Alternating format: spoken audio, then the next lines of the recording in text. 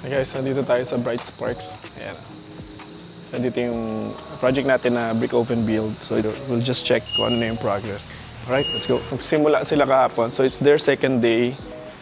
So what we're expecting sa progress should be yung asintada at saka yung slab niya. Alright, let's go. Tayo sa likod dadaan. Glenn!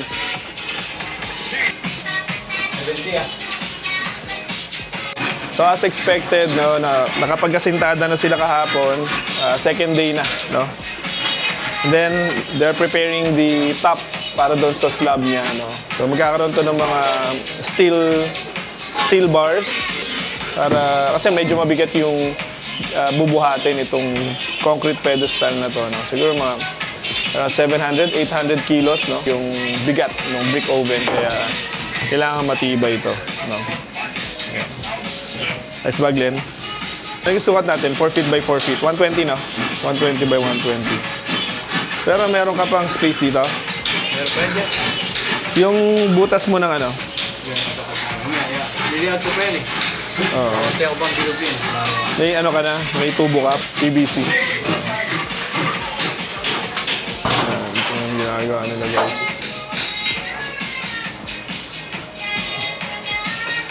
Alright. Diretso ako malolos. Alright guys, yun lang. Alis na ako. May meeting ako.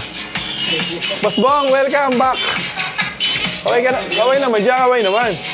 Ha? Kaway naman dyan. Ha? Ba, gutom ka na ba? Kumuha ka lang dyan. Ah, gano'n? Okay lang. Tara, sundan mo ako, Bong. Tara. Oh, gutom si Glenn eh. Isang araw ko pa lang, nagutom ka na. Wala akong mabilhan, wala akong mautakan. Ha? Gutom boss Glenn ko, gutom. Wala daw mabilhan. Wala mabilhan o wala mang pambili? Lira ka. Nakamotor lang kayo? Nakamotor lang kayo? Oo. Sige, sige. At saka, minamadali nila yung tapos eh. Kaya kailangan nakakaya na kasing gumawa pag medyo malinis na. So, harap-harap na ni Boss Glenn yan. Alright. Guys, oh. Wala tayo ng budget nila Glenn.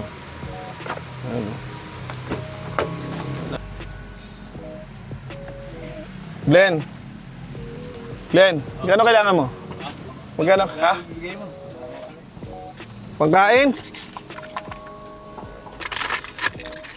Magkano ba pagkain? Magkano ba pagkain dito? Ba't nagbabaong kayo ng ano? Ha? Okay na yan? Bibili pa ako lambre. Ha? Lambre?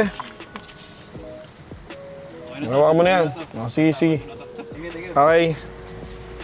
Alright, tuloy tayo sa Malolos to meet for barbecue festival. Yan. Alright, let's go. Hey guys, nandito na tayo. So nagpark tayo dito sa jetty. At pag nasa kanan ka, yan yung crossing. That's crossing. Tapos ito yung papunta sa Plaridel. Yan. Bibigay sila ng space for parking. Yan. Yan, parking yan. Kasi yung mismong may-ari din ito, mahilig din siya sa smoke barbecue. Yan, sa jetty. Yan.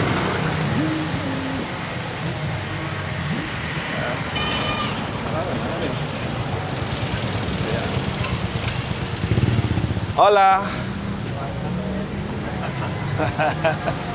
Let's go! Morning! Welcome to... Ano yan? Pang-diet mo. Ito nga naman, no? Ayun, no? Hi sir! Paka-vlog na ako ngayon. Hey guys, ito na yung mga ano natin. Maka-record tayo.